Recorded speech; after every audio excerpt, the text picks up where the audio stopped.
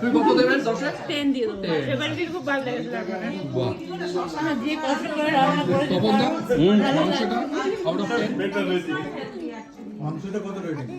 মাংসটা আমি কারোকে দেবো না, আমি নিজে খাবো। রেটিং কত দাও? তুমি বললে আউট অফ 10 কত দেবে, দেখলাম কারোকে দেবো না। হ্যাঁ ভালো তো, 10-এ 9। 10-এ 9। নাই বাবা, অনেক ভালো রেটিং। মাংসটা কত রেটিং দেবে 10-এ? তুমি বলেছিলে মাংসটা আজকে স্পেশাল। 7 7 কেন 3 পয়েন্ট কেন এই বললে? হ্যাঁ, ওরা 100 কলকাতা স্টাইল।